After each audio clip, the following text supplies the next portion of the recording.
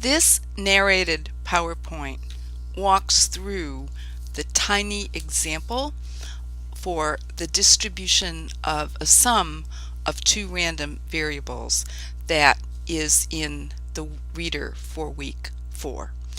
This is a very tiny teaching example.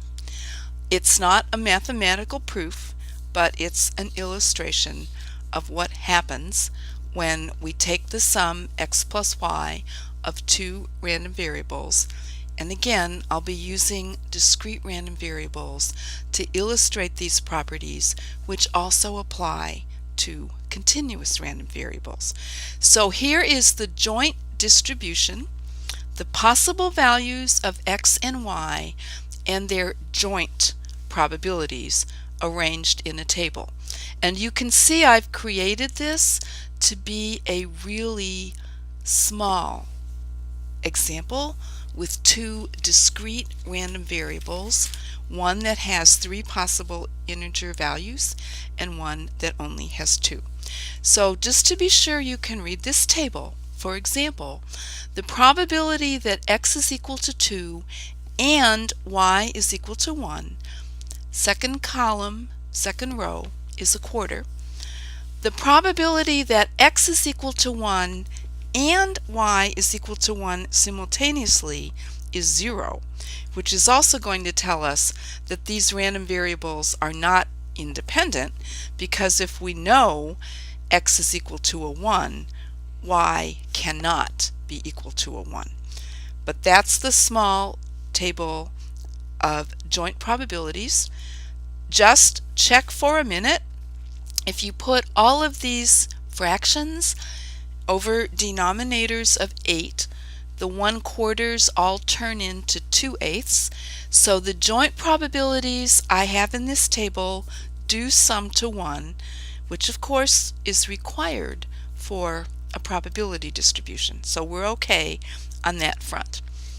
If I ask what the possible values of the sum are, one of the easy ways to show you that is to just make a table where, again, I've used x to label the columns and y to label the rows, and I've just filled in the possible sums from the previous slide.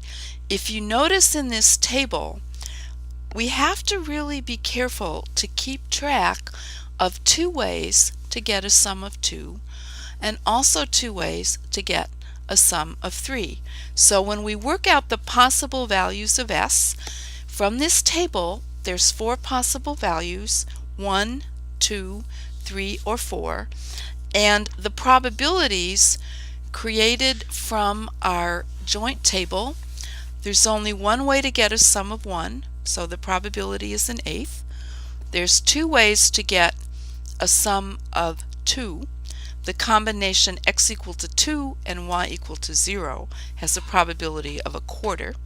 The other way we could get a sum of 2 would be x equal to 1 and y equal to 1, but we know that that probability is 0. So over the 2 possibilities, the value of the sum being 2 has probability 1/4. For the sum to be a 3, we could either have x equal 3 and y equals 0, or we could have x equal to 2 and y equal to 1. From the previous distribution table, those probabilities are 1/8 and 1/4, so the probability that the sum is 3 is 3/8.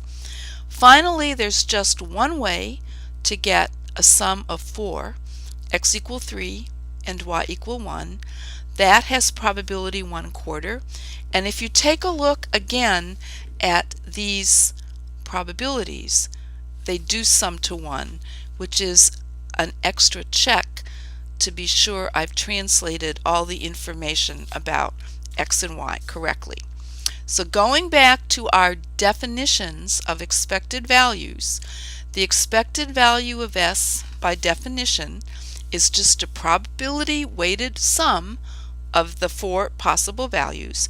So it's 1/8 times 1 plus 1/4 times 2 plus 3/8 times 3 plus 1/4 times 4.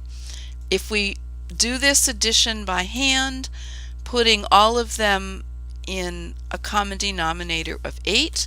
We have 1/8 plus 4/8 plus 9/8 plus 8/8. I'm leaving it as 8/8 so that we can work out the expected value of our random variable s is 22/8.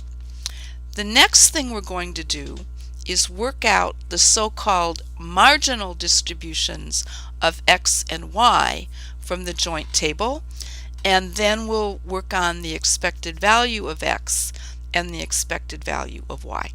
So what we're going to need to do to work out the distribution of x is to sum the columns of the table. The potential values of x are 1, 2, or 3. The probabilities summed over the two possibilities for y are 1/8, 1/2, and 3/8. And again, you can check that those probabilities do sum to 1, which is a good way to be sure I haven't made a little arithmetic mistake. The expected value of x, again practicing that definition, it's just a probability weighted sum, 1/8 times 1 plus 1/2 times 2 plus 3/8 times 3. Again, using a common denominator of 8, it's 1/8 plus 8/8 plus 9/8. So the expected value of x works out to be 18/8. And we're going to need all our fractions with denominators of 8. So I'm just going to leave it like that rather than reducing to lowest terms. We work out the distribution of y by summing the rows in the table. And what we're going to get for the two possibilities is that the probability that y is equal to 0 is 1/2 over the three possibilities for x, and the probability that y is equal to 1 is also 1/2. So the expected value of y is just 1/2 times 0 plus 1/2 times 1, which of course is just 1/2 or 4/8 with the common denominator. So here is the grand finale. The expected value of s is the expected value of x plus the expected value of y. So we found directly that the expected value of the sum s was 22/8, and we worked out for the marginal distributions of x and y. Expected value of x was 18/8. The expected value of y is 4/8, which of course is also equal to 22/8. So okay, this is just an illustration. It's not a mathematical proof, but it will give you some familiarity with the foundations for a number of very important results coming up in week 4. And our random variables x and y, as I pointed out, are not independent. Practicing that definition from week 2 a little bit, the joint probability x is equal to 1 and y is equal to 1 is 0. So the probability that y is equal to 1 given x is equal to 1 is 0. And we're going to compare that, of course, to the unconditional or marginal probability of 1, which is 1/2. So because the probability of y equal to 1, conditional on knowing x is equal to 1, is very different from the probability of y equal to 1, we know that these random variables are not independent. And the reason we want to emphasize that here right now is the relationship between the variance of s and the variance of the two random variables x and y is pretty complicated. So again, this is a brief derivation to get you more familiar with the notation and one of the foundational results that we're going to need in our week 4 work.